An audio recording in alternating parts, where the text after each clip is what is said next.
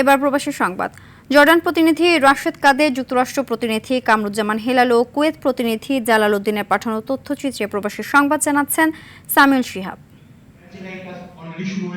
জর্ডানের যথাযোগ্য মর্যাদায় জুলাই শহীদ দিবস পালন করেছে আম্মানস্থ বাংলাদেশ দূতাবাস। দিবসটি উপলক্ষে দূতাবাসের ইনডোরে এক আলোচনা সভার আয়োজন করা হয়। দূতাবাসের প্রথম সচিব উম্মে সালমার সঞ্চালনায় অনুষ্ঠানের শুরুতেই পবিত্র কোরআন তেলাওয়াত করেন দ্বিতীয় সচিব GM রাশিদুল ইসলাম। এরপর জুলাই শহীদদের স্মরণে 1 মিনিট নীরবতা পালন ও পরবর্তীতে দিবসটি উপলক্ষে রাষ্ট্রপতি ও প্রধানমন্ত্রীর বাণী পাঠ করা হয়। রাষ্ট্রদূত নূরে হেলাল সাইফুর রহমান তার বক্তৃতায় গণঅভ্যুত্থানের তাৎপর্য ও গুরুত্ব তুলে ধরে বৈষম্যহীন গণতান্ত্রিক ও ন্যায়ভিত্তিক বাংলাদেশ গঠনে সবাইকে ঐক্যবদ্ধ থাকার আহ্বান জানান। সভায় বক্তারা জুলাই গণঅভ্যুত্থানের বীর শহীদদের অসামান্য অবদানের কথা গভীর শ্রদ্ধার সাথে স্মরণ করে তাদের আত্মার মাগফিরাত কামনা করেন।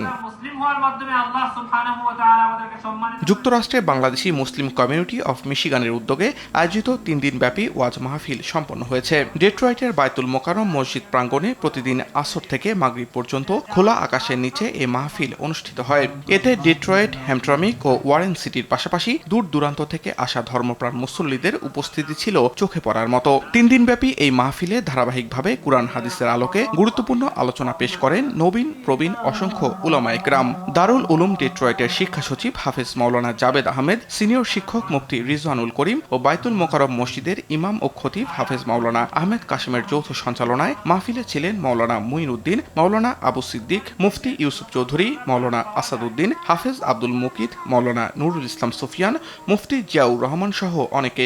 অনুষ্ঠান শেষে কিরাত প্রতিযোগিতায় বিজয়ী শিক্ষার্থীদের পুরস্কৃত করা হয়। সেই ইনকাম থেকে উদ্ধৃত টাকা দিয়ে মিশিগানের ওয়ারেন সিটি স্কয়ারে অনুষ্ঠিত হতে যাচ্ছে 2 দিনব্যাপী 17তম বাংলাদেশি আমেরিকান ফেস্টিভ্যাল।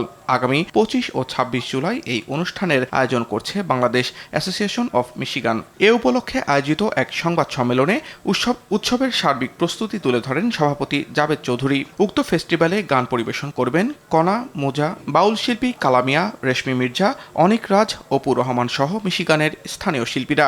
প্রবাসে বেড়ে ওঠা নতুন প্রজন্মের কাছে দেশীয় সংস্কৃতি, ঐতিহ্য ও মূল্যবোধ তুলে ধরতেই এমন উদ্যোগ বলে দাবি আয়োজকদের। কুয়েতের সুয়েখ বাণিজ্যিক এলাকার আল বাইয়ে উদ্বোধন করা হয়েছে বাংলাদেশি মালিকানাধীন ইলেকট্রিক্যাল শোরুম আল সালামা অটো স্পেয়ার পার্টস কোম্পানি। প্রতিষ্ঠানটির স্বত্বাধিকারী নূর ইসলামের আমন্ত্রণে উদ্বোধনী অনুষ্ঠানে বাংলা প্রেস ক্লাব কুয়েতের প্রধান উপদেষ্টা মোহাম্মদ জালাল উদ্দিন, সভাপতি আলামিন সরকার ও সেলস ম্যানেজার রাজীব মাহমুদ উপস্থিত ছিলেন। পাইকারি ও খুচরা বিক্রয়ের এই প্রতিষ্ঠানটির উত্তরোত্তর সমৃদ্ধি ও সাফল্য কামনা করেন অতিথিরা। সামিউল শিহাব, RTV।